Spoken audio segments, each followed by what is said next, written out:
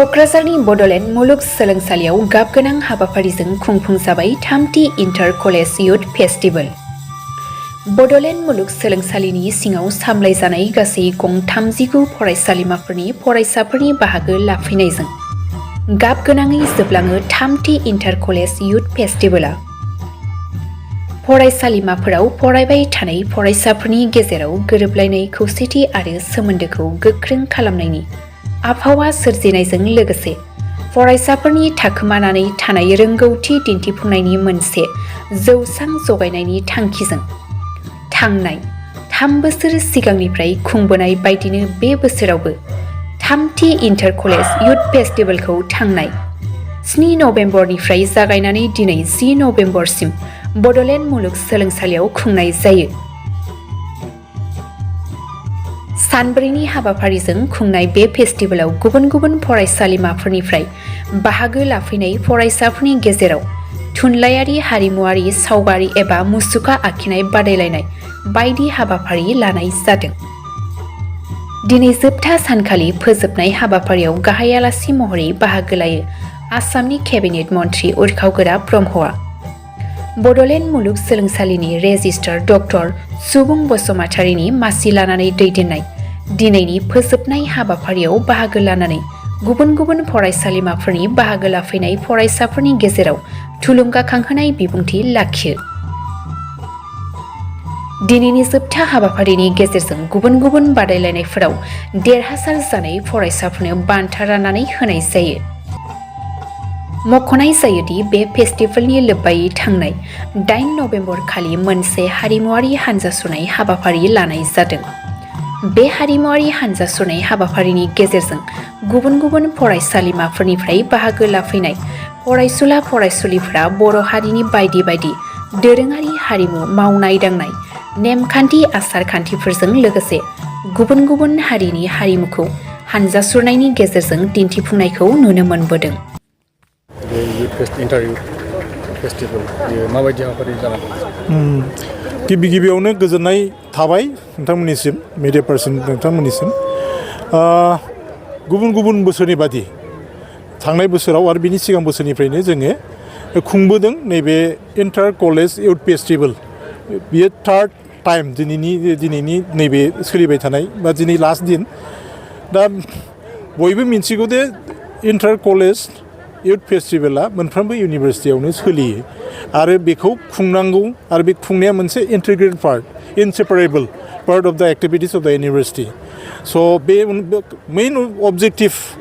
मेइन पार्पासा जाहैबाय गासिबो एफिलिएटेड कलेजफोरनि छात्रफोरनि गेजेराव मोनसे मिटिं टुगेदार ज' लोगो हमलायनानै बिसोरनि गेजेराव माखासे भिउस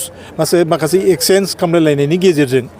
बे छात्रफोरनि सिङाव थानाय मोनसे हिडन टेलेन्टफोर थायो। साफ्रोमबो माबानाव एखे नङा, गोबां एसे बयनिबो स्टुडेन्टफोरनि सिङाव मोनसे हिडन टेलेन्टस थायो। बे टेलेन्टखौ रोंगौथिखौ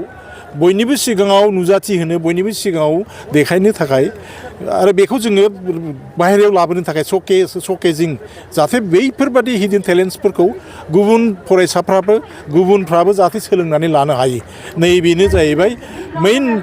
अबजेक्टिभमोन उद्देश्यआ इन्टार कलेज युथ फेस्टिवल खुंनायनि मेइन उद्देश्यआ स्टुडेन्टफोरखौ जमा खालामनानै बिसोरनि सिङाव थानाय माखासे हिडन टेलेन्टसफोरखौ बयनिबो गेजेराव लाबोनानै बयनिबो सिगाङाव फोरमायथिनानै बेखौबो बयनिबो जाहाथे बेफोर हिडन टेलेन्टसखौ दस्राफ्राबो सोलोंनानै लानो हायो। दा बे जाहैबाय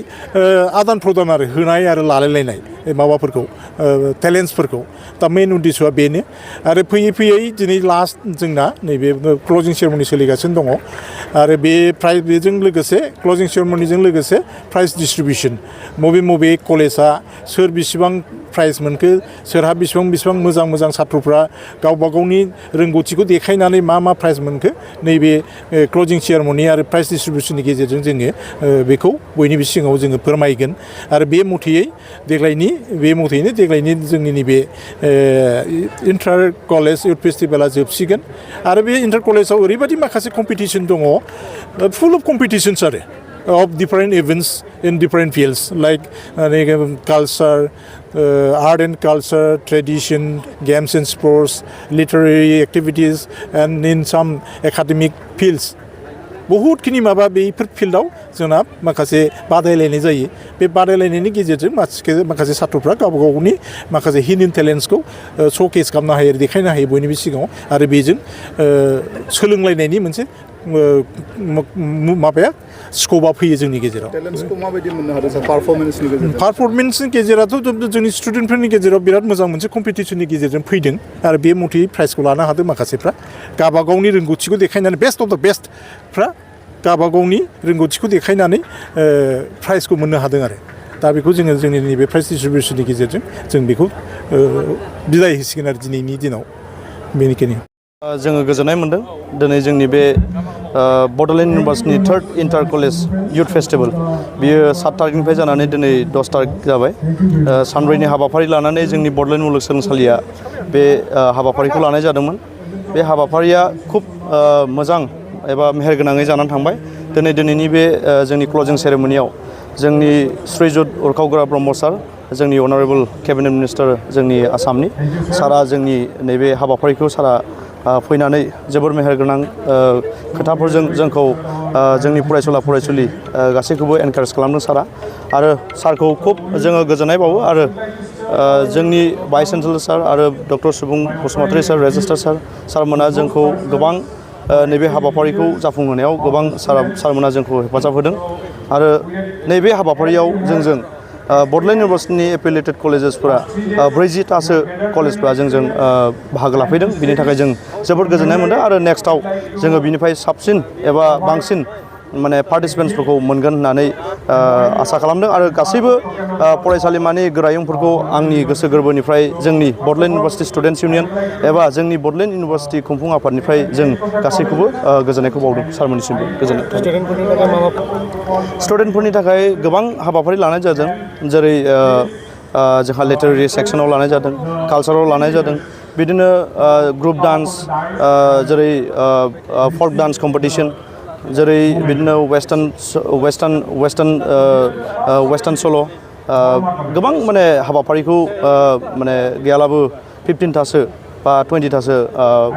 आइटेम्सफोरखौ लानानै इभेन्ट्सफोरखौ लानानै जोङो हाबाफारिखौ जों खुंनाय जादोंमोन जिहेतु गुबुन गुबुन फरायसालिनिफ्राय बेयाव बाहागो लाबोदों बिथांमोना जेबो उसुबिदा मोनो बिथांमोनखौ आं सानोदि माने बिथांमोना उसुबिदाफोर जादोंबा जोंनि खुंफुं आफादनिफ्राय बिथांमोनखौ जोङो अपलजाइस खालामो जे बिथांमोननि जेनाखि नांगौखिनिखौ जों होनो हायाखैब्ला बा माबाफोर जुदि सर्टेजफोर जुदि जादोंबा बेफोरनि थाखाय जोङो खुंफुं आफादनिफ्राय बिथांमोननिसिम जोङो अपलजाइस खालामो आरो नेक्स्ट टाइमाव जोङो गोबां मोजांसिन खालामनो थाखाय जोङो आसा खालामो आरो जों मिजिंथियो गोजोन्थों